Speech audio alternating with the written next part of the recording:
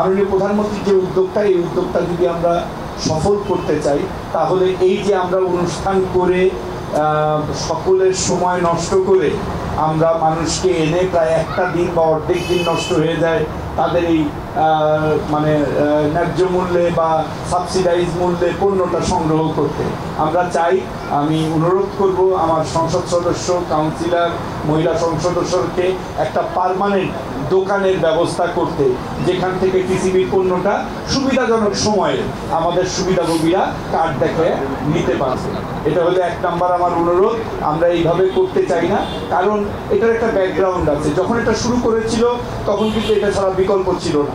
আপনারা জানেন, কোভিডের সময় মাননীয় প্রধানমন্ত্রী এই খাদ্য সহায়তা কর্মসূচি শুরু করেছিলেন। যারা পিছিয়ে পড়া যারা মানুষ, যারা একটু মানে ইতে আছেন তাদের জন্য তখন ট্রাক সেল দিয়ে উদ্বোধন করা হয়েছে। আমি মনে করি আমরা যদি বঙ্গবন্ধুর যে দর্শনে এই টিসিবি প্রতিষ্ঠা করেছিলেন, যে নিত্য প্রয়োজনীয় জিনিস মানুষের দোরগোড়ায় যেন পৌঁছে দিতে পারে, টিসিবির উদ্দেশ্য কিন্তু ছিল এইটা। এবং টিসিবির যে কস্টকোর দোকানগুলি ছিল, আমি নিজেও ছোটবেলায় রেশন কার্ড নিয়ে এবং ন্যায্য মূল্যের দোকান থেকে তখন সাবান পাওয়া যেত, ম্যাচ পাওয়া যেত, বিভিন্ন জিনিস আমরা কিন্তু সংরক্ষক ওইখান থেকে এনেছি।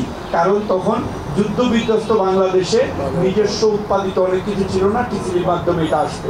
তো মাননীয় প্রধানমন্ত্রী দীর্ঘ সময়ে বিভিন্ন সরকার ক্ষমতায় ছিল, বিশেষ করে সামরিক সরকারগুলো ক্ষমতায় থেকে টিসিবিকে একেবারেই ভঙ্গুর অবস্থায় নিয়ে গেছিল।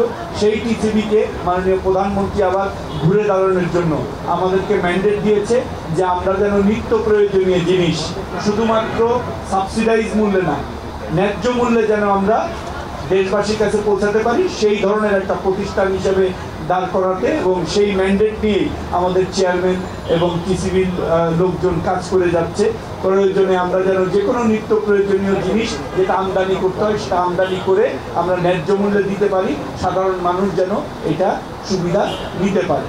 তো আমাদের এমপি মহোদয় বলেছেন যে আমরা রমজানটা কিভাবে কি ম্যাজিকে, আসলে কোনো ম্যাজিক না। এই জিনিসটা মাননীয় প্রধানমন্ত্রীর দূরদর্শী পরিকল্পনা।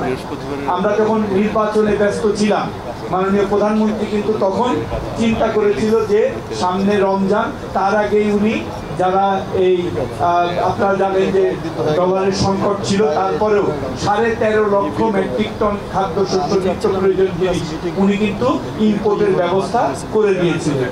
আমি দায়িত্ব নেওয়ার পরে উনি আমাকে বলেছেন যে তোমার কোনো চিন্তা করার দরকার নাই, খাদ্যপণ্য আছে, এটার ব্যবস্থাপনাটা জানি সুষ্ঠু হয়।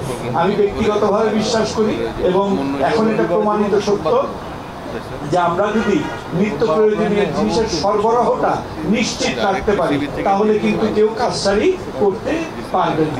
আমাদের লক্ষ্য এবং উদ্দেশ্য টিসিবি এবং আমাদের যে ব্যবস্থাপনা আছে তার মাধ্যমে নিত্য প্রয়োজনীয় জিনিস যেন মানুষের সব সময় অ্যাভেলেবেল থাকে, এটা যেন কখনো সংকট তৈরি না হয়, এই লক্ষ্যেই আমরা আমাদের কাজ করে যাচ্ছি।